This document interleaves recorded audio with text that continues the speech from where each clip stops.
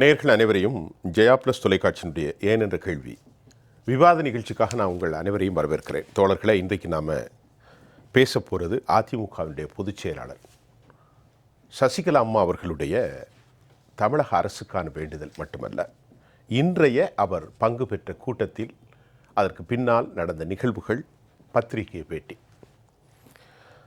ஒரு திராவிட இயக்க தலைவியாக தன்னை சமாதானத்திற்கும் அன்பிற்கும் அனைத்து மதங்களையும் தன் உள்வாங்கிய சசிகலா என்கின்ற நான் என்பதைத்தான் அவர் இன்றைக்கு சொல்வதாக நான் ஒரு பத்திரிகையாளராக அவதானிக்கின்றேன்.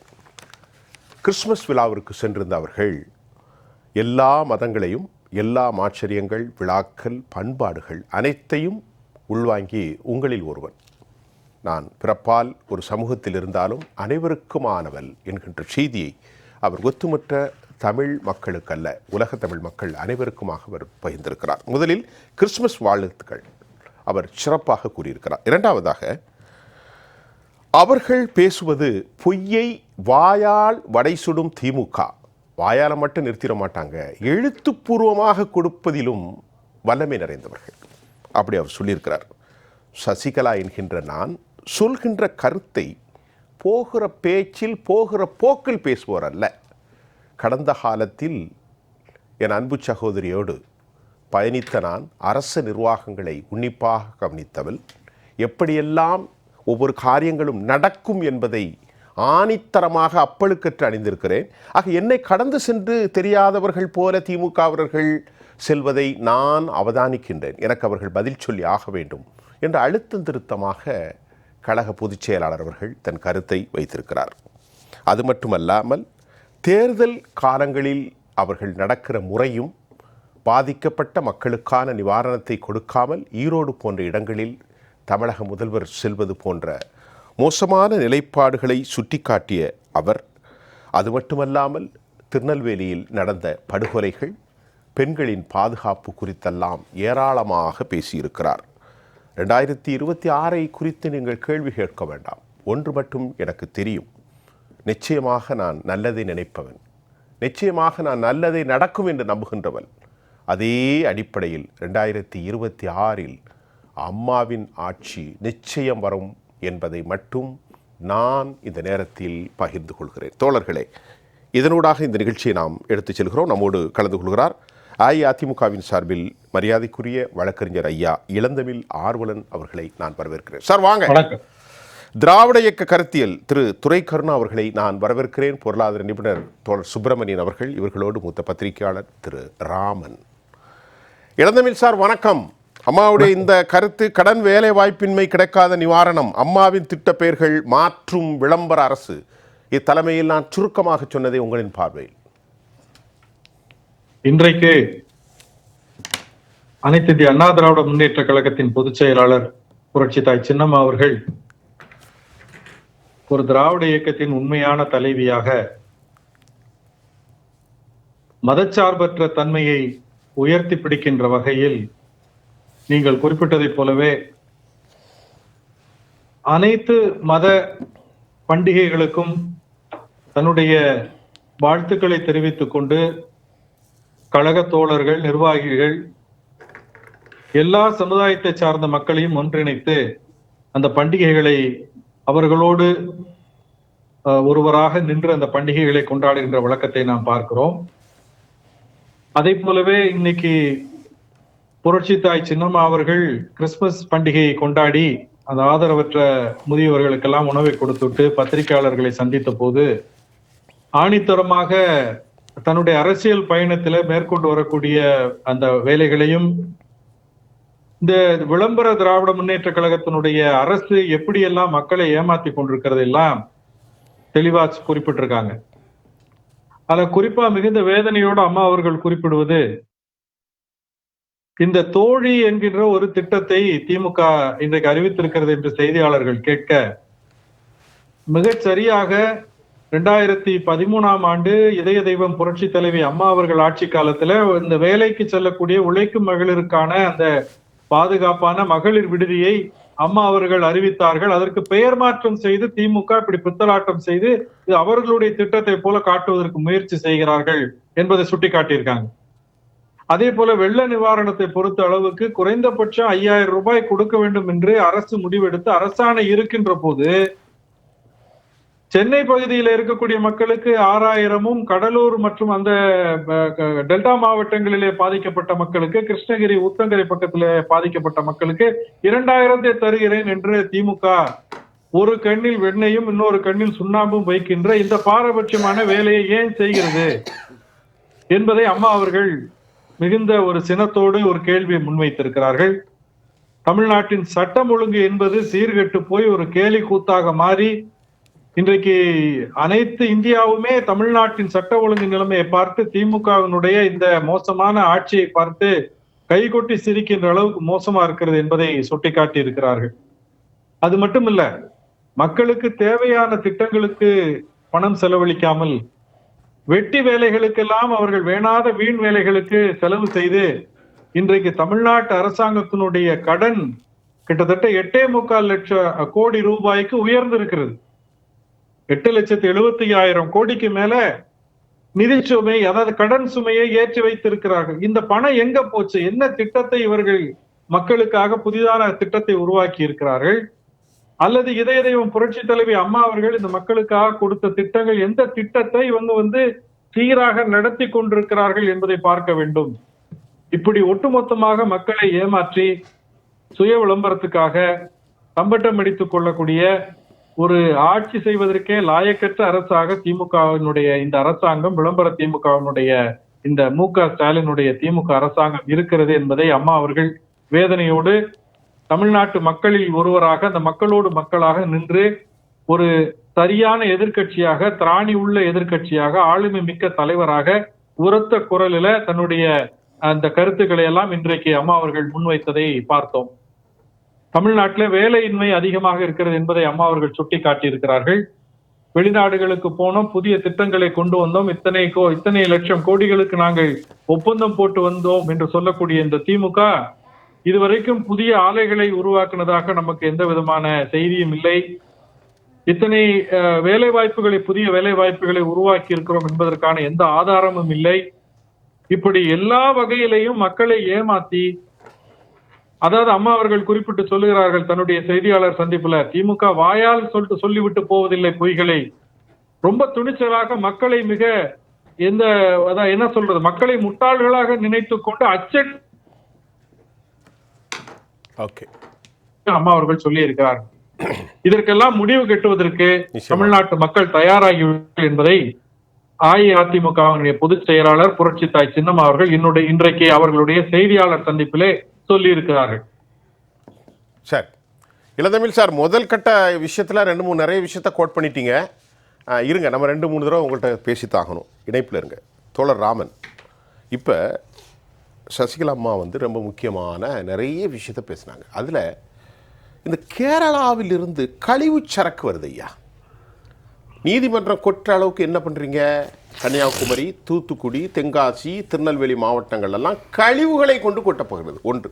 இரண்டாவது, அவர்கள் கூறுவது பாதிக்கப்பட்ட மக்களுக்கு சென்ட்ரல் கிச்சனுங்கிற சென்ட்ரலைஸ்டு கிச்சன் ஒன்று வச்சு ஒரு இடத்துல 2 நாளைக்கு முன்னாடி சமைச்சு திமுக தண்ணியில் பாதிக்கிற ஊசி போன சோறெல்லாம் கொண்டு கொடுத்து மக்கள் பரிதாப நிலையில் இருக்கிறார்கள். ஒன்றும் நடக்கலை, விளங்காத ஒரு போக்கு நடக்கிறது. இந்த 2 விஷயம் சொல்ல தர நீங்கள் என்ன சொல்ல போகிறீங்க இன்றைக்கி அவங்களுடைய பேட்டி? அதாவது கன்னியாகுமரி மாவட்டத்தில் பார்த்தீங்கன்னா கடந்த 2021 மே மாதம் திமுக ஆட்சி வந்த பிறகு பார்த்தீங்கன்னா கன்னியாகுமரி மாவட்டத்தை எப்படி சொல்லணும்னா அது ஒரு இயற்கையான வளங்கள் நிறைந்த சிறப்புமிக்க ஒரு காய் கனி பல வகைகள்லாம் பார்த்தீங்கன்னா அவ்வளோ ஃபேமஸ். ஏன்னா அந்த மண் வாக்கு அப்படி மண் வளம், நிலவளம், நீர்வளம் எல்லாமே நிறைந்த ஒரு மாவட்டம் அந்த குமரி மாவட்டம். அந்த மாவட்டத்தில் பார்த்தீங்கன்னா திருவனந்தபுரம் பக்கத்தில் களியாக்காவிலை தாண்டினீங்க, நமக்கு திருவனந்தபுரம் பார்டர் வந்துட்டு, கேரளா பார்டர் வந்துடுது, பாடசாலை தாண்டி. ஆமாம். இதில் என்ன விஷயம்னா இந்த மருத்துவ கழிவுகள் இருக்குது பார்த்தீங்கன்னா, மருத்துவ கழிவுகள் கடந்த ஒரு 3.5 வருஷமாக தொடர்ந்து வந்துட்டு தான் இருக்குது. இப்போ வருது, தொடர்ந்து வந்துட்டு இருக்குது. இப்போ எதிர்க்கட்சிகள் கொடுத்த குரல்னாலையும் நீதிமன்றத்தினுடைய கொடுத்த கூட்டினாலையும் அதை உடனடியாக அவங்கள வர வச்சு இவங்களும் கோஆப்ரேட் பண்ணி எடுத்துகிட்டு போங்க, எங்கேயா கொண்டு கொட்டுங்கன்னு சொல்கிறாங்க. மருத்துவ கழிவு, கோழி கழிவு, எல்லாம் டோட்டல் கோழி கழிவு, ஆட்டுக்கழிவு, மாட்டுக்கழிவு எல்லாமே எல்லாத்தையும். அதாவது அந்த குமரி மாவட்டத்தில் வேக்கன்ஸ் பிளேஸ் திறந்த வழி கக்கூஸ் மாதிரி ஆக்கிட்டாங்க. கேரளா அரசினுடைய அந்த மாநிலத்தில் நடக்கிற பிரைவேட் ஆஸ்பத்திரி எல்லா கழிவும் இங்கே கொண்டு கொட்டுறாங்க. அதில் என்ன விஷயம்னா ஒரு டோல்கேட்டில் மாநில, அதாவது ஒரு மாவட்டத்தில் எப்படி டோல்கேட் இருக்குது அது மாதிரி மாநில எல்லைன்னு வரும்போது அந்த டோல்கேட்டில் வரும்போது அதில் 2 ஒன்று காவல்துறை டோல்கேட் அங்கே இருக்குது, அதுக்கு பிறகு செக் போஸ்ட் தனியாக இருக்குது, இது போக ஆர்டிஓ ஆஃபீஸுடைய தனியாக இருக்குதாங்க. இவ்வளோ நிர்வாகம் அங்கே இருக்கும்போது இதுக்கு போக அந்த ஏரியா தாலுகா ஆஃபீஸு தாசில்தார் அதுக்கு பொறுப்பு, ஆர்டிஓ அதுக்கு பொறுப்பு, இவ்வளோ விஷயம் இருக்குது சார். ஒரு எல்லையில் வந்து ஒரு பார்டர் தாண்டி ஒரு வண்டி வரணும்னா 2 வீலர் வண்டி கூட பார்த்தா கம்ப்ளீட்டாக ஸ்கேன் ரிப்போர்ட் எடுத்து அனுப்புவாங்க. ஆனால் 3 ஆண்டு காலமாக இது ஒரு கமிட்மெண்ட்டில் தான் அங்கே ஓடிட்டுருக்குது. இப்போ சுதந்திரபுரம் அழகிய மண்டபம் அப்படியே அந்த ரூட்டில் வருதில்ல, தக்கலை அப்படி வருதில்ல, அப்போ அங்கே செக் போஸ்ட் இருக்குல்ல. ஆமாம், அப்போ செக் போஸ்ட்டுக்கும் இந்த படுவாதகத்தை செய்யக்கூடிய மோசமான பேர்வழிகளுக்கு என்ன இல்லை என்ன விஷயம்னா, அந்த மாவட்டத்தில் உள்ள ஆளுங்கட்சியை சேர்ந்த ரத்தங்கள் இருக்காங்க இல்லையா, இவங்களும் அந்த அந்த செக் போஸ்ட் துறையில் உள்ள சில அதிகாரிகளும் நீயும் நான் ஒன்று வாக்களித்த மக்கள் வகையில் மண் என்ற பிராண்டில் இப்படி எடுத்துகிட்டு போயிடுது. இது தினசரி லட்சக்கணக்கான பணம் டேர்னவர் அதாவது கேரளத்திலேருந்து இங்கே வந்து மருத்துவக் கல்லூரிகள் மட்டும் கிடையாது, இங்கேருந்து என்னென்ன பண்ண ரேஷன் அரிசி போகுது. கன்னியாகுமரி மாவட்டத்தில் நீங்கள் ஒரு ரவுண்ட்ஸ் அடித்து பார்த்தீங்கன்னா இயற்கை விளையாட மலைகளை செம்மண்ணெல்லாம் பேத்துட்டு போயிட்டாங்க சார், ஒண்ணுமே கிடையாது, ஒன்றும் இல்லை, பேத்து டோட்டல் கன்னியாகுமரி நிலதிர்ச்சி வரும். ஆமா, அங்கிருந்து கேரளா கொண்டு போறாங்க, கேரளத்துல வந்து வேஸ்டேஜ் பொருள் இங்க கொண்டு டம்பிங் பண்ணிட்டு ஓடிடுறது வந்து. அப்ப யாருமே கேட்க முடியாது. கேட்டா என்னன்னா எல்லாமே அங்க விசாரிச்சு பார்த்தா எல்லாமே ஆளுங்கட்சியை சேர்ந்த மிகப்பெரிய ராராக்களுடைய நிலைப்பாடு இருக்கும்போது யாரு கேட்க முடியும்? அப்படி யாருமே கேட்க முடியாத ஒரு சூழ்நிலைகளில் ஒரு நிலைப்பாடு தான். இதைத்தான் இன்னைக்கு தேக்கத்தில் சின்னமா பத்திரிகை சந்திப்பில் கேட்குறாங்க, என்னங்க இவ்வளோ ஒரு மோசமாக நடந்துட்டு இருக்குது, அப்போ நீங்கள் மக்களை பற்றி என்ன நினைக்கிறீங்க? இப்போ மக்களை பற்றி நான் அப்போ பார்த்தீங்களா, அப்போ சோமாலியா நாட்டினுடைய அங்கே ஜனநாயகம் கிடையாது, எல்லாருமே தடி எடுத்தவள தண்டல்காரன் ஆயிடுவாங்க சோமாலியா நாட்டில். அந்த மாதிரி ஒரு மனநிலையை தமிழ்நாட்டில் உள்ள மக்கள் அந்த மாதிரி உள்ள ஆக்குறாங்களோன்னு ஒரு நிலைப்பாடு உள்ளது. ஆனால் இன்னைக்கு வந்து பார்த்தீங்கன்னா அவங்க சின்னம்மா சொல்கிறாங்க பாருங்க, அதாவது நான் ஒவ்வொரு தகவலும் உங்களுக்கு கொடுக்குறேன், கூட நீங்கள் செய்யக்கூடிய ஆளுங்கட்சி செய்யக்கூடிய தவறு அனைத்தும் நான் ஒஞ்சி பேஞ்சால் கூட்டிட்டு காட்டுறேன், நீங்கள் ஏதோ கடந்து போயிடலான்னு நீங்கள் நினைக்காதீங்க, நான் வந்து ஆட்சியில் வந்து எல்லாமே எனக்கு என்ன தெரியும், எந்த இடத்துல என்ன இருக்குது எல்லாமே எனக்கு தெரியும். எத்தனை ஆண்டு அனுபவம்? 35 ஆண்டுகள், 35 ஆண்டுகள் அனுபவம் எனக்கு எல்லாமே தெரியும். அதனால் நீங்கள் ஏமாத்துறதெல்லாம் வந்து உங்கள் கட்சிக்காரன் நீங்கள் வச்சுக்கிடுங்க, மக்களை நீங்கள் ஏமாத்தாதீங்க, என்போன்ற ஆட்களை நீங்கள் ஏமாத்தாதீங்கன்னு சொல்கிற காரணம் என்னன்னா, தமிழ்நாட்டினுடைய ஒவ்வொரு துறையும் ஈபியில் என்ன நடக்குது, ஊராட்சியில் என்ன நடக்குது, ஒவ்வொரு துறை இஞ்சி பெஞ்சா சின்னமாக எல்லாமே தெரியும். ஆகவே திமுக அரசை பொறுத்தவரையும் எவ்வளோ வந்து செவடங்கால சங்கு ஊதிட்டு போயிடலான்னு அவங்க நினைக்கிறது தவறான ஒரு தகவல். நீங்கள் மக்களுக்காக பணியாற்றுங்கன்னு சொல்கிறாங்க. இப்போ அந்த மழைநீர் தேங்கி நிற்கும் போது சாப்பாடு ஆக்கி போட்டேன்னு சொன்னீங்கல்ல, அந்த சாப்பாடு அவங்க சாப்பிட்றதில்ல தெரியுமா? அந்த சாப்பாடை ஆக்கி போட்ட அந்த ஊராட்சியோ பேராட்சியோ அந்த அதிகாரி யாராவது மோந்து கூட பார்க்க கிடையாது, மக்கள் தானே. இல்லை, அம்மா வந்து சசிகலா அம்மா வந்து விழுப்புரம் போயிட்டு வரும்போது இடையில ஒரு அதிகாரி மறித்து தனது வேதனையை பகிர்ந்திருக்கிறார். அது ஊரெல்லாம் அவங்க சொல்ல மாட்டாங்க. கேளுங்க, அம்மாவுடைய காலத்தில் ஃப்ரெஷ்ஷாக கொடுத்த சாப்பாடெல்லாம் காலம் மறையறி போயிட்டம்மா, எப்போ நடந்துச்சா ஊசி போன சாப்பாடு. மக்களுடைய குறைகளை பாருங்க, அதையும் கூட இன்னைக்கு சொல்லி காட்டுறாங்க. இல்லை, அதாவது இன்னைக்கு மக்கள் வந்து பார்த்தீங்கன்னா பாதிக்கப்பட்ட பாமர மக்கள் வந்து சின்னம்மா எப்படி பார்க்குறாங்கன்னா, எம்ஜிஆரை எப்படி பார்த்தார்களோ, பிறந்த அண்ணாவை எப்படி பார்த்தார்களோ, ஜெயலலிதாமா எப்படி அந்த கண்ணோட்டத்தில் தான் மக்கள் வந்து கேட்குறாங்க. மக்கள் தன்னுடைய இதய குமரல் பாதிக்கப்பட மக்கள் அனைவரும் பார்த்தீங்கன்னா தன்னுடைய குமரலை வேற எங்கேயும் சொல்ல முடியாதுங்க, யாரும் தலைவர்களாக வேற எங்கேயுமே சொல்ல முடியாது. உங்களுக்கு இஸ்லாம் மதத்தில் வந்து ஒரு பாட்டு இருக்கு பாருங்க, ஜாதியை பேசி சடங்குகள் பேசி சமூகத்தை கெடுத்தால் இதை முறைதானா. இவ்வளோ பெரிய வரி, அருமையான வரி சார். அதை வந்து இந்த ஆன்மீக பொருள வரிகளை ஏன் குறிட்டு காட்டுறேன்னா வேற வழி இல்ல சொல்லுங்க. பாட்டு ஏன் பொருத்தம் தெரியுமா? காயல் ஷேக் முகமது பாடினது. ஆமா, அடுத்து பாருங்க, புரட்சித் தலைவர் எம்ஜிஆர் அவர்களுக்கும் அம்மாவுடைய பாடல்களை பாடக்கூடியவர். அடுத்தது கேளுங்க, ஈச்சை மரத்து இன்பச்சோலை, அதானே? ஆமா, ரைட். சீரை மாற்றி சிறப்பை மாற்றி சமூகத்தை கெடுத்தால் இது முறைதானா, என்ன காலமோ என் சோதரா ஏன் எடுத்தாய் இந்த கோலமோ, ஈச்சை மரத்து இந்த சோலையில் நபி நாயகமே இறைவன் தந்தான் அந்த நாள். எவ்வளவு அருமையான பாட்டு, அந்த பாட்டுக்குள் எவ்வளவு பெரிய அற்புதமான வரிகளை, அந்த வரிகளை தான் இந்த அரசுக்கு கோடிட்டு காட்டுகிறோம். காலத்தின் கோலம், அப்ப காலத்தின் கோலம், இதை விட எப்படி சொல்ல முடியும் சார்? மக்கள் அவ்வளவு சொல்லலாம் வேதனைகள் அடைஞ்சுக்கிட்டு மக்கள் ஒவ்வொரு நாளைக்கும் பார்த்தீங்கன்னா ஒரு யுகங்களை கழிச்ச மாதிரி வாழ்ந்துட்டு இருக்கிறாங்க தமிழ்நாட்டு மக்கள். திரு துரைக்கண்ணா, திராவிட இயக்க ஆய்வாளராக இப்போ அம்மா வந்து சசிகலா அம்மா வந்து கழகத்தினுடைய பொதுச் செயலாளராக அவர் நிறைய விஷயம் சொல்கிறார். நான் ஒவ்வொன்றா பேச போகிறேன். இப்போ உங்களுக்கு ஒரு சூட்டபுளான கேள்வியை நான் தேர்ந்தெடுத்து வச்சிருக்கிறேன். அவங்க என்ன சொல்கிறாங்கன்னா, தமிழ்நாட்டில் இன்றைக்கு எதிர்க்கட்சிகள் மௌனித்து போய்விட்டார்கள். இருக்கக்கூடிய கூட்டணிகளும் மௌனத்தினுடைய உச்சக்கட்டத்தினுடைய குகைக்குள்ளே அடைபட்டு போனார்கள். இப்போ அவர் சொல்கிறார், நான் இரக்கம் நிறைந்தவள், எனக்கு எல்லா விவகாரங்களும் தெரியும். சசிகலா என்கின்ற நான் போகிற போக்கில் பேசுபவள் அல்ல. என்னுடைய கடந்த காலத்தினுடைய அனுபவம் வாய்ந்த நிலைகள், அரசு எந்திரங்களோடு நுணுக்கமான புரிதல், ஆளும் அரசுக்கு நான் கேட்டால் என்னை கண்டும் காணாமலும் கடந்து போகிறது திமுக அரசு. ஆனால் இதற்கு அதிக காலம் செல்லாது. எப்படி பார்க்குறீர்கள்? அண்ணா திராவிட முன்னேற்ற கழகத்தினுடைய நிறுவன தலைவர் பொன்மனச்செம்மல் புரட்சித் தலைவர் எம்ஜிஆர் அவர்களுடைய 37ஆம் ஆண்டு நினைவு நாள் நாளை உலகெங்கும் அனுசரிக்கப்படுகிறது. அந்த மகானுடைய நினைவை போற்றி நான் என்னுடைய விவாதத்தை தொடங்கலான் இருக்கிறேன். மரியாதைக்குரிய திருமதி வி.கே. சசிகலா அவர்களுடைய ஒவ்வொரு பேட்டியும் அறிக்கையுமே திராவிட முன்னேற்ற கழகத்துக்கு கொடுக்குற ஒரு மிகப்பெரிய சாட்டை அடியாக தான் நம்ம பார்க்குறோம். புரட்சித் தலைவர் எம்ஜிஆர், முன்னாள் முதலமைச்சர் மாண்புமிகு அம்மா செல்வி ஜெயலலிதா அவர்கள், இவர்கள் இருவருடைய வழியில் இந்த திமுக எதிர்ப்பு என்கிற அந்த ஆயுதத்தை ஒவ்வொரு நாளும் கூர்திட்டி அந்த கணைகளை பாய்ச்சி வருகிறார் அப்படின்னு தான் நம்ம ஆதார புள்ளிகள். ஆமாம், அந்த 3.5 வருடங்களாக திராவிட முன்னேற்ற கழகத்துக்கு எதிரான ஆழமான அழுத்தமான கருத்துக்களை அவர் பதிவு செய்து வருகிறார். தரவுகளோடு, நீங்கள் குறிப்பிட்டது மாதிரி சமகால நிகழ்வுகளை ஆதாரங்களோடு அவர் செய்து வருகிறார். அவர் குறிப்பிட்டது மாதிரியே இன்றைக்கு அதிமுகவை வழிநடத்துகிறவர்கள் மரியாதைக்குரிய புரட்சித் தலைவர் எம்ஜிஆர் அவர்களை போன்றோ அல்லது மரியாதைக்குரிய அம்மா செல்வி ஜெயலலிதா அவர்களை போன்றோ தீவிரத்தன்மையோடு எதிர்க்கவில்லை. இந்த கட்சி தொடங்கியதே திமுக என்பது ஒரு தீய சக்தி. அண்ணாவின் பாதையிலிருந்து இது அகன்று செல்லுகிறது. இது அண்ணாவின் கொள்கை லட்சியங்களை நிறைவேற்ற வந்திருக்கிறேன் என்று சொல்லி மிக மோசமான நிலைக்கு செல்லுகிறது என்பதனால்தான் அண்ணா திராவிட முன்னேற்ற கழகம் என்கிற அரசியல் இயக்கத்தை தொடங்கி அண்ணாவின் வழியிலே பயணிப்போம் என்று புரட்சித் தலைவர் எம்ஜிஆர் சொன்னார். 52 ஆண்டுகளாக அந்த நிலைப்பாட்டில் தான் இருக்குது. ஆனால் சமீப காலமாக அந்த திமுக எதிர்ப்பு உணர்வு என்பது கொஞ்சம் கொஞ்சமாக க்ஷீணித்து போய்விட்டது. ரொம்பவும் ஒரு பெரிய லெவல் மங்கி போய்விட்டது, முளை மணங்கி போயிட்டு. ஆமாம், இதை கூர்த்திட்ட வேண்டிய அந்த கட்டாயம் மரியாதைக்குரிய திருமதி வி.கே. சசிகலா அவர்களுக்கு இருக்கிறது என்பது நாம் பார்க்குறோம். அந்த கடமையை அவர் சரிவர செய்து வருகிறார் அப்படின்னு தான் நான் பார்க்குறேன்.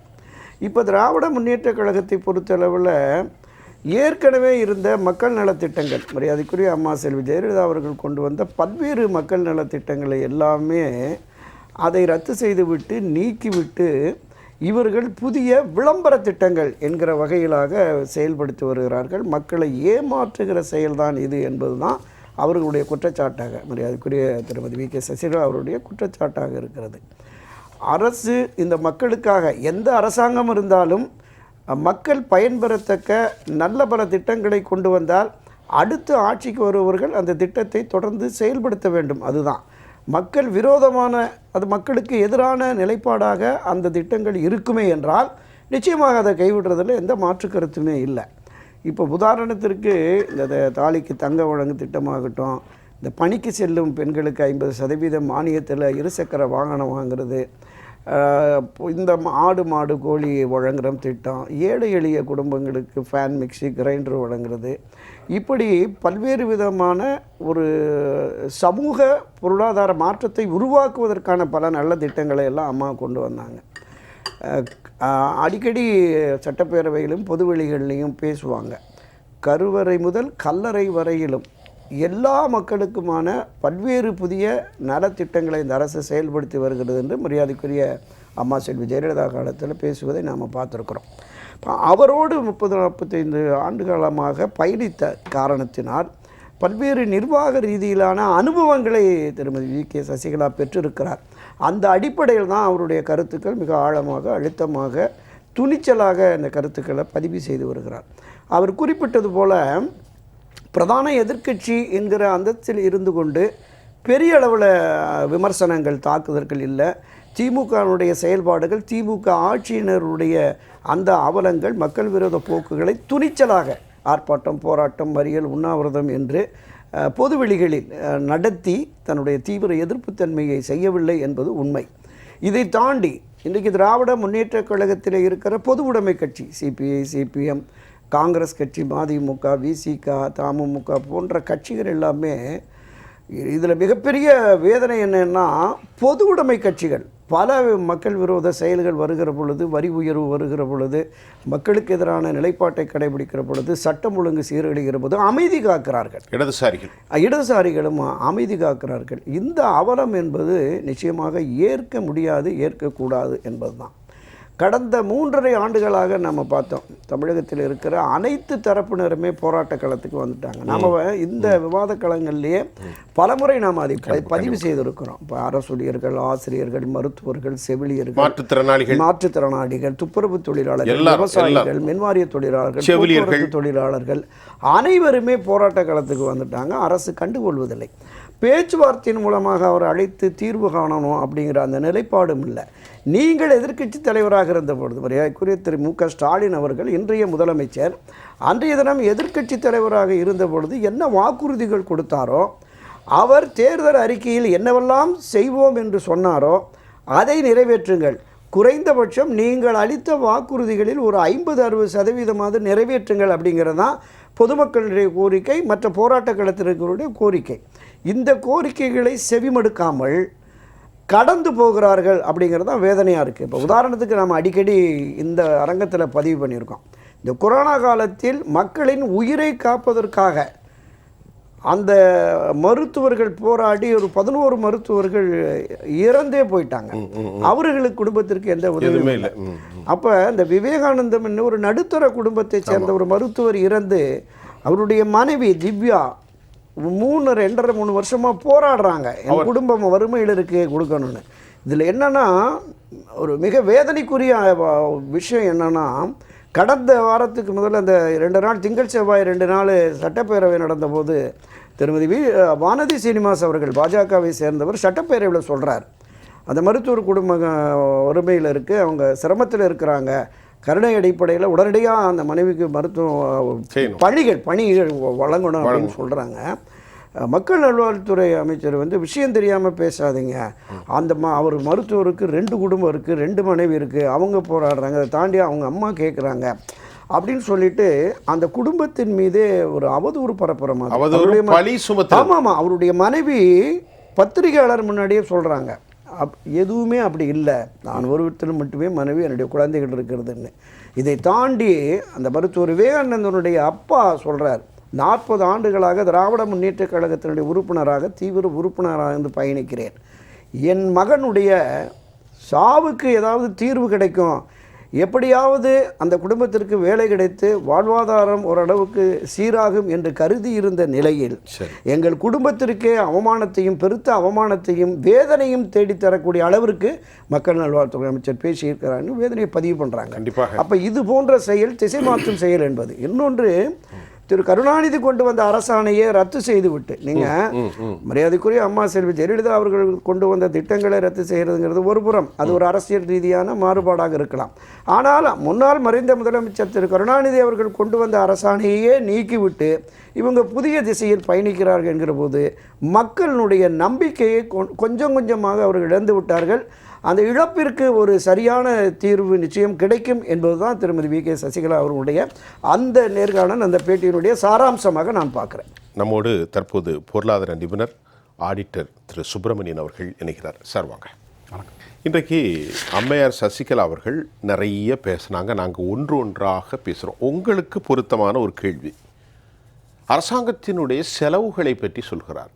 இந்த அரசாங்கம் தற்போது 8,34,000 கோடி கடன், ஆட்சி முடிவதற்குள் 10 லட்சத்தை வாங்கிடுவாங்க, என்ன செய்கின்றார்கள் என்ற கேள்வி அவர் எழுப்புகிறார். நிறைய கேள்வி எழுப்பியிருக்கிறார். இதை மட்டும் நான் சுட்டி காட்டுறேன். ஒரு பொருளாதார நிபுணராக அம்மையார் சசிகலா அவர்களுடைய இந்த கவலை, ஆழமான புரிதல் தமிழ்நாட்டை சீரழிவுக்கு இழுத்து செல்லுமா? கடன் வாங்கி வட்டி கட்டக்கூடிய ஒரு நிலைக்கு ஏன் சென்றது? அம்மாவுடைய ஆட்சியில் 12-13 வாங்கின மொத்த கடன் தொகை 1,40,000 கோடி, இன்றைக்கு கிட்டத்தட்ட 10 லட்சம். அதாவது மின்சார கடன் தொகை 1,69,000 கோடி. அது அவங்க சொல்லலை, அதையும் சேர்த்தா 10 லட்சம் தாண்டி வருஷத்துக்கு 11 லட்சம் இப்படி போயிட்டே இருக்கும். அதாவது ஐயா ராமன் ஒரு பாட்டு பாடினாங்க, எனக்கு அந்த அளவுக்கு பாட்டு பாட தெரியாது. பாட்டு ஆனால் வந்து கற்பூரம். நாளைக்கு புரட்சித் தலைவரோட நினைவு தினம்னால அவர் ஒரு வார்த்தை சொல்லுவார். எப்போவுமே படத்தில் ஒரு பாட்டாக வந்தது, 3 எழுத்தில் என் மூச்சு இருக்கும்னு சொல்லுவாங்க. ஆனால் இந்த அரசாங்கத்துக்கு அதை பொருத்தி பார்க்கணுன்னா 3 எழுத்தில் எங்கள் ஆட்சி நடக்கும். அந்த 3 எழுத்து என்னென்னா கடன். நீங்கள் பேசின மாதிரி தான் இப்போ கடன் கடன் கடன் 3 எழுத்தில் எங்கள் ஆட்சி நடக்கும். ஐயா நீங்கள் வந்து 2021 மே 2021 ஆட்சிக்கு வரும்போது என்ன சொன்னீங்க? ஒரு குடும்பத்தின் மேல் 2,63,000 ரூபாயை வந்து வைத்து விட்டு போய்விட்டார்கள் முன்னல் ஆண்ட அரசாங்கங்கள். நாங்கள் வந்து அதை வந்து சீர்தூக்கி நிலைநாட்டிடுவோம் அப்படின்னு சொன்னீங்க. இன்றைக்கி பார்த்தீங்கன்னா 3,75,000 ரூபாய் ஒரு குடும்பத்து மேலே இருக்குது. இது 26-27 ஒரு குடும்பத்து மேலே எவ்வளோ இருக்குது? 3,74,805 ரூபாய் இந்த வருஷம். ஆச்சா, இது வந்து 25-26, 26-27 எப்படி போகும்னு பார்த்தீங்கன்னா 26-27 இவங்க ஆட்சியை விட்டு போகும்போது 4,67,381. ஆட்சியை விட்டு போகிறத நீங்கள் முடிவு பண்ணிட்டே ஞானதோபாயத்தில் இல்லை இப்படி இந்த ஃபிகர்ஸ் போயிட்டே இருந்தால் யார் வந்து திருப்பி உங்களுக்கு வாக்களிப்பார்கள்? 2 பேர் சொன்னது பார்த்தீங்கன்னா எவ்வளோ அவல நிலைக்கு வந்து தமிழக அரசாங்கம் மக்களை இட்டு சென்றிருக்குன்னு தெரியும். அதாவது இந்த ஆட்சி வரும்போது 4,56,000 கோடி ரூபாய், இன்றைக்கி 8,34,000 வச்சுக்கோங்க. ஸோ கிட்டத்தட்ட ஒரு 3,75,000 கோடி ரூபாய் வாங்கியிருக்கோம்னா வருடத்திற்கு 94,000 கோடி ரூபாய் கடன் வாங்குகிறோம். வருடத்திற்கு 94,000 கோடி ரூபாய், 1 லட்சம் கோடி வைங்களேன். ஆமாம். இன்னொரு இந்த 3 எழுத்தில் மூச்சு இருக்க மாதிரி இன்னொரு 3 எழுத்து இருக்குது. என்ன? CAG, CAG, controller and auditor general of India இருக்காங்களே, அவங்க வந்து 2 வாரத்துக்கு முன்னாடி ஒரு தணிக்கை அறிக்கை கொடுத்தாங்க. தமிழக அரசாங்கம் 22-23 நிதியாண்டு முடிந்த நிதியாண்டுக்கு சிஏஜி என்ற 3 எழுத்து அந்த இன்ஸ்டிடியூஷன் வந்து தணிக்கை அறிக்கை கொடுத்தாங்க. அந்த அறிக்கையில் ஃபுல்லாகவே தமிழ்நாடு ஒன்றுக்கு உதவாத ஸ்டேட்டு கொடுத்தாங்க. அது குறித்து நாம விவாதம் நடத்திட்டோம். அதில் என்ன சொல்கிறாங்க சொல்லுங்கள், அதில் என்ன சொல்கிறாங்கன்னா 95,000 கோடி ரூபாய் நீங்கள் கடன் வாங்குறீங்க, 1 லட்ச ரூபாய் கடன் வாங்குறீங்க வச்சுக்கோங்களேன். அதில் வெறும் 37,000 கோடி ரூபாய் மட்டுமே வந்து கட்டமைப்புகளுக்காக செலவு பண்ணுறீங்க, இன்ஃப்ராஸ்ட்ரக்சருக்காக. மீதி இருக்கிற 63% நீங்கள் வந்து உங்களோட அரசாங்கத்தை நடத்துவதற்கான நிதிகளை மட்டுமே, ரெவென்யூ எக்ஸ்பெண்டிச்சர், அதாவது சம்பளம் கொடுக்கறது, பென்ஷன் கொடுக்கறது, வட்டி கட்டுறது, இதுக்கு மட்டுமே ஃப்ரீபீஸ், இதுக்கு மட்டுமே நீங்கள் செலவு பண்ணினீங்கன்னா அப்படின்னா எப்படி வந்து நீங்கள் கடன்லேருந்து மீண்டு வருவீர்கள்? இதற்கு என்ன வந்து வழிமுறைகள் உங்கள்கிட்ட இருக்குது, வழிகாட்டுதல் என்ன இருக்குது? அவங்க ஓப்பனாக கேட்குறாங்க. 63% கட்டினா அலோகேஷன் ஃபண்டிங் ஃபார் ப்ராஸ்பரிட்டி கிடையாது, எங்கேயுமே கிடையாது. நீங்கள் குறைச்சி, அதாவது எப்போவுமே ஐயா கடன் வாங்குவது நல்லது, நாங்கள் சொல்கிற மாதிரி கரை மிகவும் நல்லது மாதிரி கடன் மிகவும் நல்லது. அதாவது நம்ம வந்து ஒரு வீடு வாங்கணும்னா கடன் வாங்கி தான் வாங்குவோம். அப்போ என்ன ஆகுது அப்படின்னா, நீங்கள் ஒரு வீட்டை வாங்கினீங்கன்னா வீட்டுக்கு கொடுக்க வேண்டிய வாடகை மிச்சமாகுது. ஒரு 20 வருடத்திற்கு அப்புறம் நமக்கு அசையா சொத்தாக நம்மள்ட்ட இருக்கும். அதை மாதிரி மக்கள் என்ன விரும்புகிறாங்கன்னா, நீங்கள் 1 லட்சம் கோடி வாங்குங்க, 2 லட்சம் கோடி வாங்க, ஒன்றும் பிரச்சனை இல்லை. ஆனால் அது கட்டமைப்புகளுக்காக செலவு பண்ணுங்கள். கட்டமைப்பு செலவு பண்ணும்போது எங்களுக்கு வந்து வாழ்வாதாரம் மேலே வரும், அதாவது எம்ப்ளாய்மெண்ட் ஆப்பர்ச்சுனிட்டிஸ் வரும், ஒரு தொழிற்சாலைகள் வரும், நீங்கள் ரோடு போடுவீங்க, பிரிட்ஜு போடுவீங்க, எஜுகேஷன் இன்ஸ்டியூஷன் கட்டுவீங்க, கல்வி நிறுவனங்கள் நிறைய வரும், பல்கலைக்கழகங்கள் வரும். அதை மாதிரியான இதுக்கு வந்து கட்டமைப்புகளுக்கு நீங்கள் கடன் வாங்கினீங்க அப்படின்னா இது வந்து மூலதனம். நீங்கள் டெய்லி செலவு பண்ணுறதுக்கே வந்து கடன் வாங்குறீங்க அப்படின்னா அப்போ வந்து வருமானம் ஈட்டி கொண்டிருக்கிற அரசாங்கம் அந்த வருமானத்தை என்ன பண்ணுது? வருமானம் எங்கே லீக்கேஜ் ஆகுது? அதுதான் கேட்குறாங்க. 46,000 கோடி டாஸ்மாக்ல வருது, 18,000 கோடி பத்திரப்பதிவுல வருது. அதெல்லாம் எங்க போறது? ஒரு 1000 ஸ்கொயர் ஃபீட்டுக்கு வரைபடம் போடுறதுக்கு 100 மடங்கு 150 மடங்கு உயர்த்தியாச்சு. அதாவது என்ன சொல்றாங்க, போதையில்லா தமிழகத்தை உருவாக்குவோம்னு சொல்லிட்டு முதலமைச்சர் சொல்றாரு. ஆனால் இங்கே வந்து மதுவிலக்குத்துறைன்னு ஒரு துறை இருக்குது. ஆனால் அந்த மது விற்பனை துறையாக மாறி 46,000 55,000 கோடியாக டார்கெட்டை வந்து உயர்த்தி கொண்டு போகிறாங்க. இப்போ 55,000 ஆகிடுது. அது அடுத்த வருஷம் 65,000 ஆகிடும். ஸோ நீங்கள் வந்து அது மது விலக்குத்துறையா இல்லை மது விற்பனை துறையான்னு தெரியல. அதாவது விலக்குத்துறைன்னு அப்படின்ற போது அதுக்கு டார்கெட் எப்படி கொடுக்கணும் நீங்கள்? ஸோ இந்த வருஷம் 40,000 கோடி இருந்ததுன்னா அடுத்த வருஷம் 30 ஆகணும், அப்புறம் 20 ஆகும். குறைஞ்சிக்கிட்டே வந்தால் தான் அது மது விலக்குத்துறைன்னு அர்த்தம். நீங்கள் அதை உயர்த்தி கொண்டே போனால் அது மது விற்பனை துறை தானே. ஆனால் கான்ட்ரரியாக முதலமைச்சர் என்ன சொல்கிறாருன்னா, நாங்கள் போதையில்லா தமிழகத்தை உருவாக்குவோம்ன்றார்.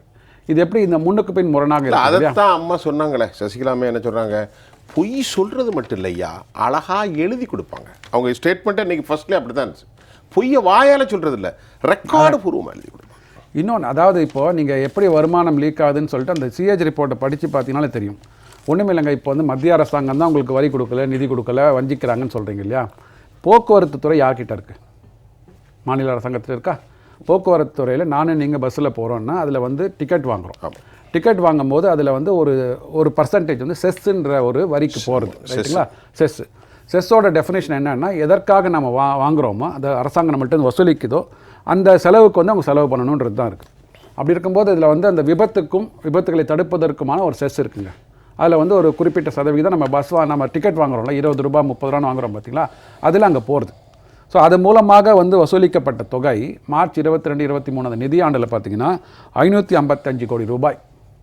அந்த ஒரு 4-5 ஆண்டுகளில் 555 கோடி ரூபாய் இந்த விபத்து தடுப்பதற்காகவும் விபத்தில் இறந்தவர்களுக்கு வந்து உயிரிழப்பு ஏற்பட்டிருக்கும் அதுக்கு நிவாரணம் கொடுப்பதற்காகவும் 555 கோடி ரூபாய் நீங்கள் செஸ்ஸாக கலெக்ட் பண்ணிருக்கீங்க அந்த 4-5 வருடங்கள். கண்டிப்பாக அது என்ன பண்ணணும், நீங்கள் உரியவர்களுக்கு நீங்கள் வந்து பணத்தை வந்து சேர்க்கணும். கண்டிப்பாக. இல்லை அவங்களுக்கு விபத்து நடக்கலை, விபத்து தடுப்பதற்கு வந்து நம்ம பிளான்லாம் பண்ணிட்டோம் அப்படின்னா பணம் கையில் இருக்குது 555 கோடி ரூபாய்.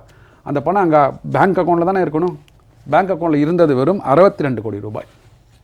555 கோடி ரூபாய் இருக்க வேண்டிய இடத்துல 62 கோடி ரூபாய் 62.6 கோடி ரூபாய் மட்டுமே இருக்கிறது. 492 கோடி ரூபாய் காணும். அதான் அந்த வடிவேலு படத்துல வந்து ஒரு கணத்தை காணும் சொல்லாம ஒரு கிராமத்துல போய் மிஸ்டர் சுப்பிரமணியன், இது சாதாரண விஷயம் அல்ல.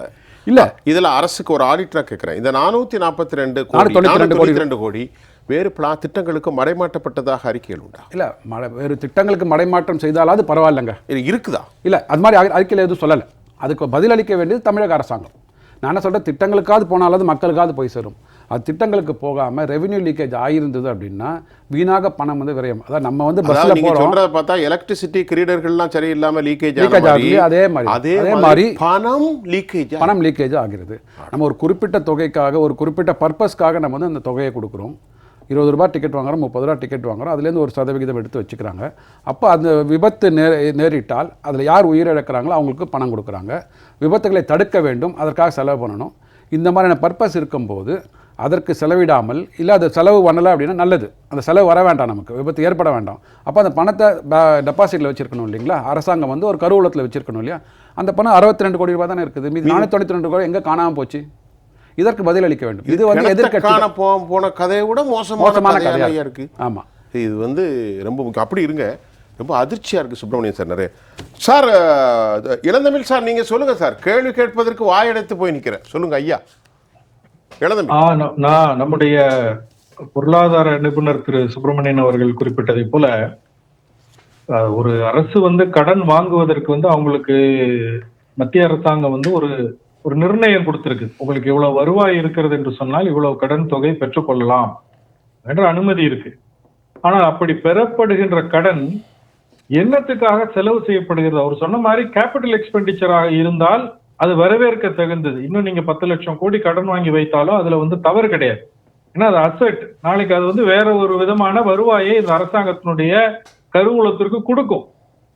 இந்த 4 ஆண்டு காலத்துல திமுக புதிதாக உருவாக்கிய திட்டம் என்ன, அந்த திட்டத்துக்கான நிதி ஒதுக்கீடு என்ன, அல்லது செலவு செய்யப்பட்ட தொகை எவ்வளவு என்று பார்த்தால் 0.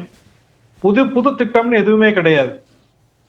இன்றைக்கு கழக பொதுச் செயலாளர் புரட்சித்தாய் சின்னம்மா அவர்கள் அந்த கிறிஸ்துமஸ் நிகழ்ச்சிக்கு பிறகு செய்தியாளர்கள்ட்ட பேசும்போது சொன்னாங்களே, திட்டங்களுக்கு அம்மா அவர்களுடைய நலத்திட்டங்களுக்கு பெயர் மாற்றம் செய்து அதை வந்து மக்களுக்கு புதிதாக கொடுப்பதை போல ஏமாற்று வேலையை செய்யறாங்களே தவிர இவங்க புதிய திட்டங்கள் கொண்டு வரல. ஒரு மின்துறையில ஏதாவது மாற்றம் கொண்டு வந்திருக்கிறார்களா, அல்லது வேறு எந்த துறையில இவங்க வந்து இன்ஃப்ராஸ்ட்ரக்சருக்கான செலவு அந்த கேபிட்டல் எக்ஸ்பெண்டிச்சர் நடந்திருக்கு என்று நீங்க பார்த்தால் ஐயா அவர்கள் சுப்பிரமணியன் அவர்கள் சொன்னதை போலவே சிஏஜி ரிப்போர்ட்ல அது அடுத்த வருஷம் ரிஃப்ளெக்ட் ஆகும். நீங்க அப்ப தெரியும் திமுகவோட பித்தலாட்டம். இந்த ஏமாற்று வேலையை நாம் சரியாக மக்களிடத்தில் எடுத்து வைக்கின்ற போது 2026 திமுகவுக்கு சம்மட்டி அடியை கொடுப்பதற்கு மக்கள் காத்திருக்கிறார்கள். இந்த திட்டங்களுக்கு பெயர் மாற்றம் செய்வது நாம் முன்னமே குறிப்பிட்டது போல இந்த தோழின்னு ஒரு திட்டத்தை சொல்றாங்க. அது அம்மா அவர்கள் 2013 9 ஆண்டுகளுக்கு முன்னால அம்மா அவர்கள் உருவாக்கிய திட்டம். அதே போல அம்மா உணவகத்துக்கு மூடு விழா செய்வதற்கு முயற்சி செய்கிறார்கள். கலைஞர் உணவகம் என்று கருணாநிதி அவர்கள் பெயரால அதை வந்து பெயர் மாற்றம் செய்ய வேண்டும் என்று முயற்சி செய்தார்கள். சரி, உணவு அந்த ஏழை எளிய மக்களுக்கு ஒரு 10 ரூபாய் 15 ரூபாய் இருந்தால் ஒரு நாள் முழுவதும் ஒரு ஏழை எளிய சாமானியன் ஒரு நாள் முழுவதும் வயிறார உணவு உண்ணலாம் என்று சொன்னால் இந்த பெயரை கூட நீ மாற்றுவது எப்ப எக்கேடு கெட்டு போ என்று மக்கள் நினைக்கின்ற அந்த வேளையில அதை செய்வதற்கும் வக்கற்று போய் திமுக வெறும் விளம்பரத்தை நம்பி நாட்களை நகர்த்தி கொண்டிருக்கிறார்கள். இதுதான் வேதனை. அதே போல இப்ப போக்குவரத்து துறை பத்தி சொன்னாங்க. போக்குவரத்து துறையில இந்த செஸ்ல நடந்திருக்கக்கூடிய முறைகேடு மாத்திரமல்ல, அதுல ஏகப்பட்ட தொழிலாளர்களுக்கு கிராஜுவிட்டி ப்ராவிடன்ட் ஃபண்ட் பல ஆண்டு காலமாக நிலுவையில் இருக்கு. அந்த தொகையை புறம் எடுத்து வெவ்வேறு செலவினங்களுக்கு செலவழித்து விட்டு அவர்கள் இன்றைக்கு போராட்ட களத்தில் வீதியில் நிற்கிறாங்க. ஏராளமான அந்த ஓய்வு பெற்ற போக்குவரத்து ஊழியர்கள் செத்து போயிருக்காங்க.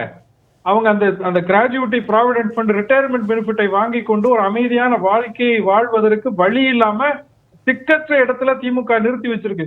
இது அந்த ஆட்சியில நிலுவை இருந்தது, இந்த ஆட்சியில நிலுவை இருந்து திமுக வாய் சவடால் விட முடியாது. ஏன்னா இந்த நிலுவையை நாங்கள் ஆட்சிக்கு வந்த உடனே தீர்த்து வைப்போம் என்று அம்மா அவர்கள் சொன்னதை போல கொஞ்சம் கூட அச்சம் இல்லாம எழுத்து வடிவத்துல தேர்தல் வாக்குறுதியில கொடுத்திருக்காங்க. அப்ப திமுக சொல்றது மட்டுமில்ல, சொல்லாததாக இருந்தாலும் எதை செய்தாலும் எதை சொன்னாலும் மக்களை ஏமாற்றி இந்த ஆட்சி அதிகாரத்துல உட்கார்ந்து அதிகாரத்தை சுவைக்க வேண்டும், இந்த பதவி சுகத்தை அனுபவிக்க வேண்டும், இதுல என்ன கொள்ளையடிப்பதற்கு வாய்ப்பு இருக்கிறது என்பதுதான் திமுகவினுடைய அந்த போக்கஸாக இருக்கிறது என்பதைத்தான் திமுகவினுடைய தொடர் நடவடிக்கைகளை நம்ம பார்த்து. கரெக்ட், பேசுவோம் சார். ஆமாம், அம்மா முதலமைச்சர் வைக்கின்ற போது கடன் 1,14,000 கோடி ரூபா கடன் வாங்கணும் என்ன நம்ம சின்னம்மா அன்னைக்கு சொல்கிறாங்க. என்ன சொல்கிறாங்கன்னா, அந்த கடனை மக்களுக்கான என்ன திட்டத்துக்கு வாங்குகிறோன்னு லிஸ்ட்டு போட்டு தான் மக்கள் மத்தியில் சொல்லி தான் அந்த கடனை வாங்கி திட்டங்களை கொண்டு வராங்க. ஆனால் திமுக இன்றைக்கி கிட்டது 8 லட்சம் கோடிக்கு மேலே ஆயாச்சு. என்ன திட்டணும்? இன்றைக்கி வருமானம் வருது, எல்லாத்தையும் பல மடங்கு ரேட் ஏற்றிட்டீங்க, மக்களின் வாழ்வாதாரத்தையும் கேள்விக்குறியாக்கிக்கிட்டு இப்போ இந்த இத்தனை லட்சம் கடன் யாருக்கு வாங்கினீங்க? நீங்கள் எங்கே யாருக்கு எதுக்கு செலவு பண்ணீங்க? போட்ட பாலமும் உடஞ்சி போச்சு. இப்போ லாஸ்ட்டாக விழுப்புரத்தில் போட்ட பாலம் வாயை பிறந்தீங்க. அதுக்கு மந்திரி சொல்கிறாரு தண்ணி நிறைய வந்துச்சு, பாலம் கெப்பாசிட்டின்னு. என்ன அப்படி பார்த்தா பெருந்தலைவர் காமராஜர் ஆட்சியில் போட்ட அந்த டேம்லாம் இப்போ சொல்ல முடியுமா? ராஜாக்கள் காலத்தில் கட்டின கோபுரங்கள் கோயிலெல்லாம் 1500 ஆண்டுகாலமாக இன்னைக்கு இருக்குதே. இவங்க கையில் இருந்த கோயிலையே அணையை கட்ட கொடுத்தா என்ன ஆகுன்னு சொல்லுங்கள். அதாவது இப்போ என்ன பண்ணுறாங்கன்னா, டெண்டர் வைக்கிறதுக்கு முன்னாலே கமிஷனை வாங்குறாங்க. சார் சென்னையில் ஒரு பாலம் நீங்கள் கட்டணும் சார், 150 கோடி ரூபா டெண்டர். அது கால்பால் பண்ணுறீங்கன்னா அந்த டெண்டரை வைக்கிறதுக்கு முன்னால் யாரை அந்த பணியில் செயல்படுத்தலாம், நம்முடைய சொந்தக்காரங்களை யார் பினாமியில் போடலாம், நமக்கு எவ்வளோ கமிஷன் வரும் என்று சொல்லிட்டு ஸ்பாட் கமிஷனை பண்ணால் பாலம் இடிஞ்சு விழாமல் அறுசுவே இல்லாத, அதாவது ஒரு சுவை இல்லாத ஹோட்டலுக்கு அறுசுவை அழைக்கணும் போர்டு வச்சது மாதிரி நீங்கள் திட்டத்தையும் நீங்கள் கொண்டு வருவீங்க, நீங்களே கதையை போடுவீங்க, நீங்களே அழிப்பீங்க. ஒரே ஒரு சின்ன உதாரணம் சொல்கிறேன். சென்னை மாநகராட்சியில் மண்டலம் 9 மண்டலம் 12 ஒரு உதாரணத்தான் சொல்கிறேன். 15 மண்டலம் இருக்குது சென்னை மாநகராட்சியில். இதில் மண்டலம் 9 மண்டலம் 12 மாடலாக நீங்கள் எடுத்துக்கிடுங்க. கடந்த 3 வருஷமாக ஒவ்வொரு வார்டிலையும் பணிகள் செய்கிறோம், கால்வாயை க்ளீன் செய்கிறோம், மழைநீர் கால்வாயை கொண்டு வரோம், பழைய போட்டை எடுத்துகிட்டு புது போட மாற்றுறோம், பில்டிங் கட்டுறோம், அந்த செய்கிறோம், இதை செய்கிறோம், பூங்காக்களை சரி பண்ணுறோம்னு சொல்கிறாங்க. இந்த திட்டங்களை ஒதுக்கிடச்சிய தொகையை போல் என்ன பண்ணுறாங்க தெரியுமா? ஒவ்வொரு மண்டலையும் செயற்பொறியாளர் ரூமில் உட்காந்துட்டு உதவி செயற்பொருள் 2 பேரும் அங்கோ போட்டு இந்த 2 பேருடைய பினாமிகளை 2-3 குறிப்பிட்ட கான்ட்ராக்ட்காரங்களை கூப்பிட்டு குசு ரகசியமாக பேசி யாரையும் உள்ளே விடாமல் பேசிக்கொண்டே இருப்பார் சொல்லும் மாதிரி மொத்த அமௌண்ட் எப்படி பில்லு எப்படி போடாங்க தெரியுமா? 9,03,300, 15,04,500. அப்போ அதாவது இந்த மாதிரி கூட மக்கள் நம்பிக்கை 531 ரூபா. ஆமாம், மற்றவங்களுக்கு பேட்டா ரேட்டு மாதிரி மற்றவங்களுக்கு நம்பிக்கை வராது இல்லையா? அப்போ இந்த மாதிரி சின்ன பிட்டு போட்டு கொள்ளடிக்கிறாங்க சார். இதுக்கு யாருக்கு பணம்? மக்கள் பணம் சார். அதாவது திட்டங்கள் மக்களுக்காக வாங்கிக்கிட்டு இவங்க அப்படியே இந்த வயலில் வரப்பு போடுவாங்களே, வரப்பை கொத்தி இருப்பாங்களே, அது மாதிரி மொத்தமாக ஆட்டை போட்டு போகிறது. இது ஒரு கவர்மெண்ட்டாக? அங்கே அரசு என்ன நடக்குன்னு நிர்வாகத்தை பார்க்கணும். அதை யார் என்ன சொல்கிறாங்கன்னா, சாதாரண அதிகாரிட்ட கேட்டால் சார் எங்களால் ஒன்றும் பண்ண முடியாது சார், எல்லா விஷயத்திலும் இந்த பொலிட்டிக்கல் டாமினேஷன் உட்காந்துருக்கும் போது நாங்கள் யாரை பார்க்க முடியும்? இப்போ தமிழ்நாடு சின்னமனை சொல்கிறாங்க, ஒரு நாளைக்கு சராசரியாக 5 கொலை 10 கொலை கொலை நகரமாக ஆகின்ற தமிழ்நாடு காரணம் என்னென்னா காவல்துறையால் நடவடிக்கை எடுக்க முடியாது சார். ராமன், அந்த நாகர்கோயில் ரோடா தூத்துக்குடி ரோடு அது முக்கியமாக மாவட்ட நீதிமன்றத்தில் 10:30 மணிக்கு வெட்டி போட்டு போயிட்டாங்க. அதாவது அதுக்கு பிறகுதான் இந்த பிரச்சனை வந்த பிறகுதான் டிஜிபி என்ன சொல்லியிருக்காரு, இனிமேல் எல்லா கோர்ட்லையும் துப்பாக்கி ஏந்திய போலீஸை நாங்கள் நிறுத்த போகிறோம். என்ன செஞ்சாங்க? அதாவது இங்கே என்ன பிரச்சனைனா, நம்ம இப்போ ஜெயா பிளஸ் தொலைக்காட்சியில் டெய்லி தமிழ்நாட்டில் நடக்கிற மக்களுக்கு விரோதமாக இந்த ஆட்சி செய்யக்கூடிய தவறுகளை சுட்டி காட்டுறோம். இவங்க இந்த 1 மணி நேரம் இந்த நிகழ்ச்சியை உளவுத்துறை கண்காணித்து பார்த்தாலே ஆட்சியை சிரிச்சத்துல மட்டும் கிடையாது, மக்களுக்கு நல்வழிப்படுத்தலாம். எல்லா உளவுத்துறையும் பார்த்துக்கிட்டு தான் இருக்காங்க. இதுவும் இங்கே தான் இருக்கு சார். ஜெயா தொலைக்காட்சியில் சமீபத்தில் நான் ஒரு முக்கியமான ஒரு அமைச்சரை ஒருத்தர் கூட்டு போகிறார் ஆட்சியில். அந்த அமைச்சர் என்ன சொல்கிறாருன்னா, அந்த அமைச்சரை கூட்டு போகிற ஆள் சொல்கிறாங்க ராமன் வந்திருக்கிறான்னு சொல்கிறாங்க. ஐயோ ராமனா ஜெயபிளஸ் பேசுகிறாப்பா, ஐயா வேண்டாம், அவரை நான் சந்தித்தா மரல என் பதவி பேருன்னு சொல்கிறாங்க. எப்படி ஜெயபிளஸில் பேசினால் அண்ணன் துரைக்கருணாவோ அண்ணன் ஆடிட்டரோ இன்னைக்கு ஒரு விஐபியை சந்திக்க போனால் அமைச்சருக்கு நிலைமை மரலை பதவி பெறும்.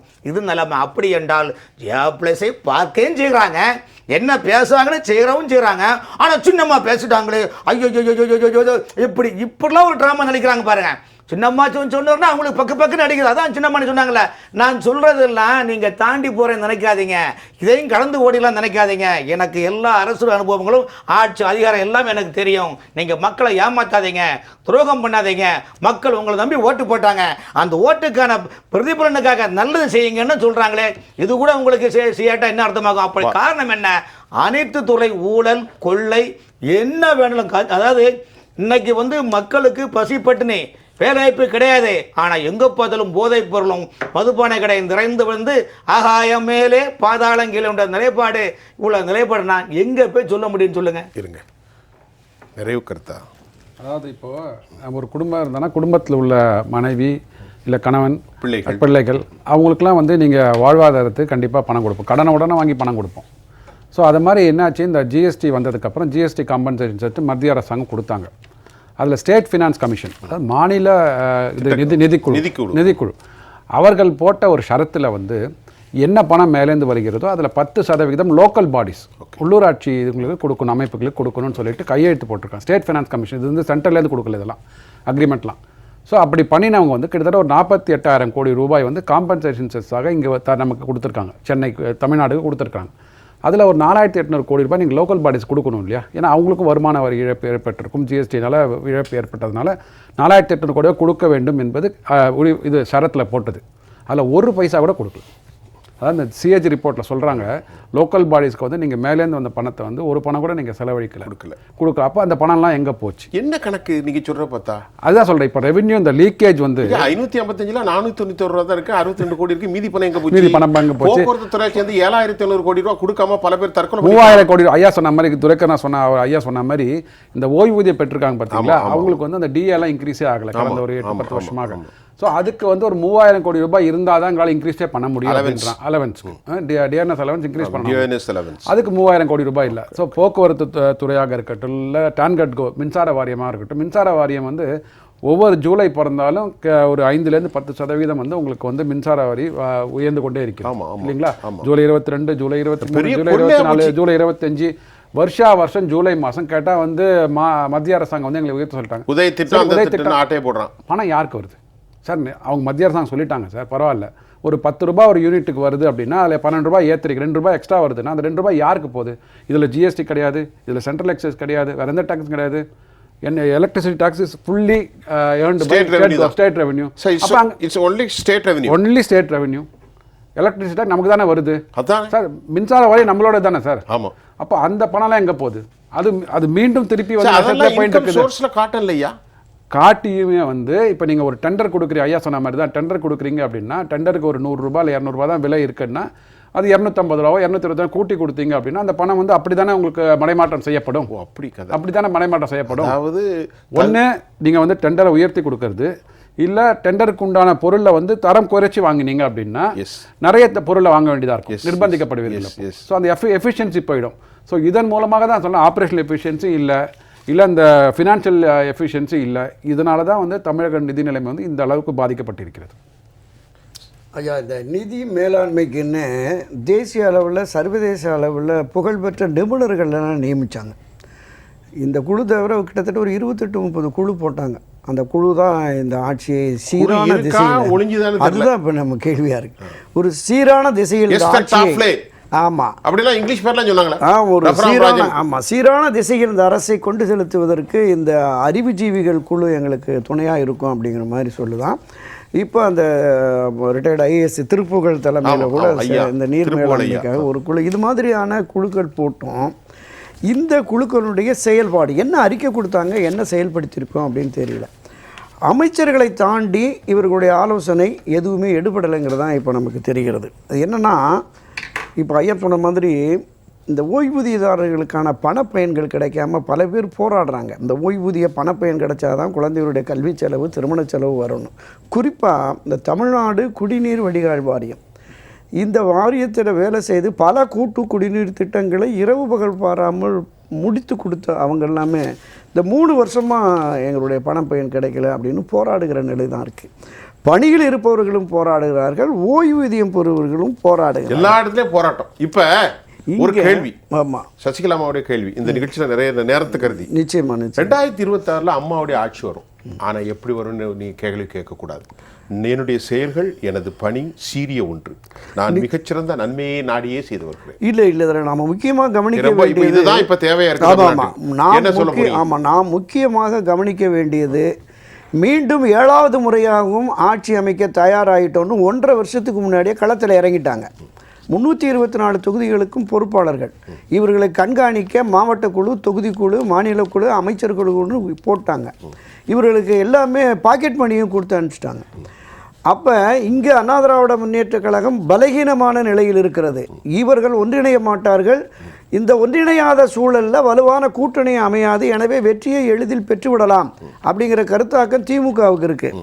அதனால தான் 200 தொகுதிகளுக்கு மேல் வெற்றி பெறுவோம் என்று திமுக இருமாப்போடு சொல்லுகிறது அப்படின்னு அந்த விஜய் மேடையில் அன்றைக்கி அம்பேத்கர் நூல் வெளியீட்டு விழாவில் ஒரு சகோதரர் ராஜவர்ஜனா சொன்னதுக்கு அறநிலையத்துறை அமைச்சர் திரு சேகர் பாபு சொல்கிறார், 200 தொகுதி இல்லைங்க, 234 தொகுதிகளையும் நாங்கள் கைப்பற்றுவோங்கிறார். 234 தொகுதிகளிலும் வெற்றி பெறுவோம்னு சொல்லலை, கைப்பற்றுவோம். அப்போ அந்த கைப்பற்றுவதற்கான பணிகளில் இறங்கிட்டாங்க.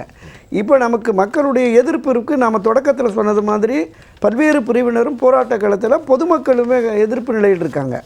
இதை வெற்றிக்கு சாதகமாக்குகிற பொறுப்பு பிரதான எதிர்க்கட்சியான அண்ணா திராவிட முன்னேற்ற கழகத்துக்கு இருக்கிறது. ஆனால் இன்றைக்கு அந்த கட்சியை வழிநடத்துகிற திரு எடப்பாடி பழனிசாமி வரட்டு பிடிவாதத்தோடு, இன்னும் கொஞ்சம் கூடுதலாக சொன்னால் ஒரு வித திமிர்வாதத்தோடு நான் தான் கட்சி என்கிற நிலைப்பாட்டில் இருக்கிறார்ல, இந்த நிலையை உடைத்து இந்த கட்சியை ஒருங்கிணைப்பதற்கு, ஒன்றிணைப்பதற்கு அடிக்கடி மரியாதைக்குரிய அம்மா திருமதி வி.கே. சசிகலா அவர்கள் குறிப்பிடுறாங்களா, நிச்சயமாக இது ஒன்றிணையும், 2026 நிச்சயம் ஆட்சி மாற்றம் வரும் என்கிற கருத்தை வலியுறுத்துறாங்க.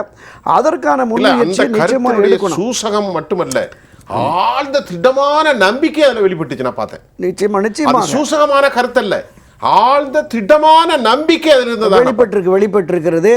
திமுக அண்ணா திராவிட முன்னேற்ற கழக ஆட்சி நடைபெறுகிற பொழுது நாளுக்கு ஒரு போராட்டம், காலையில் ஒரு போராட்டம், மாலையில் ஒரு போராட்டம், கலெக்ஷன் கமிஷன் கரப்ஷன் ஆட்சி இதை வீட்டுக்கு அகற்றுவோம்னு இந்த 3 கலெக்ஷன் கமிஷன் கரப்ஷனை 100 மடங்கு அதை விட அதிகமாக போய் பல ஆயிரம் கோடிகளை கொள்ளையடிக்கிற நிலைக்கு போயிடுச்சு.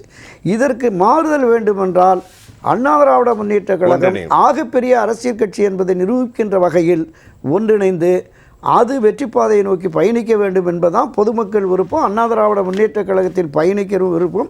அதற்கான முன்முயற்சியை இன்னும் தீவிரமாக மரியாதைக்குரிய திருமதி வி.கே. சசிகலா அவர்கள் எடுக்க வேண்டும் என்பதுதான் தொண்டர்களுடைய பெரு விருப்பமாக இருக்கிறது.